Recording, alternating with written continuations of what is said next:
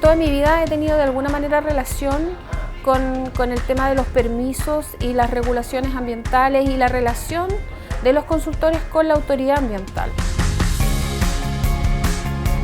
El estudio más relevante para efectos de que un proyecto en cualquier parte de Chile se pueda llevar a cabo es justamente el estudio de impacto ambiental o las declaraciones de impacto ambiental. Entonces, como el primer pie, es lo primero que cualquier minera debe hacer.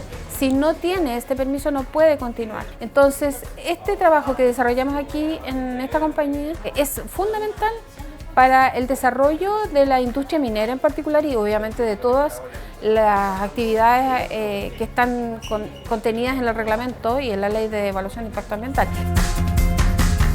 Cuando yo entré a la universidad, en la Universidad de Chile, éramos muy pocas las mujeres ingenieros en ese tiempo. Recuerdo haber estado en una sala en donde era la única mujer dentro de 100 hombres estudiando ingeniería. Y a medida que ha pasado el tiempo y que me he visto enfrentada al campo laboral, yo he visto que esa relación obviamente ha ido cambiando.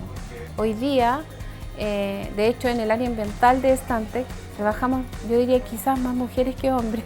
He visto la evolución de la compañía durante todos estos años. Creo que hemos evolucionado principalmente a tener procesos más regulados, procesos más controlados, lo cual siempre es bueno, mayor eficiencia en el uso de los recursos,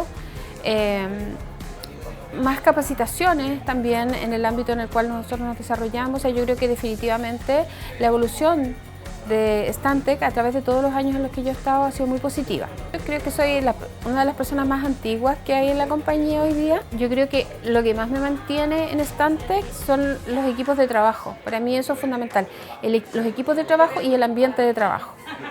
El ambiente de Stantec no es algo que uno puede encontrar en cualquier lugar. El trabajo en equipo en esta compañía es fantástico.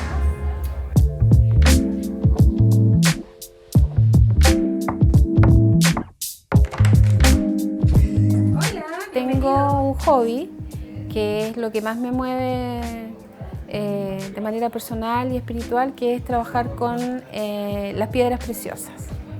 Me empezó a gustar el mundo de las gemas y por eso es que compré un libro para las gemas para saber lo que significaban cada una de ellas, cuáles eran sus propiedades.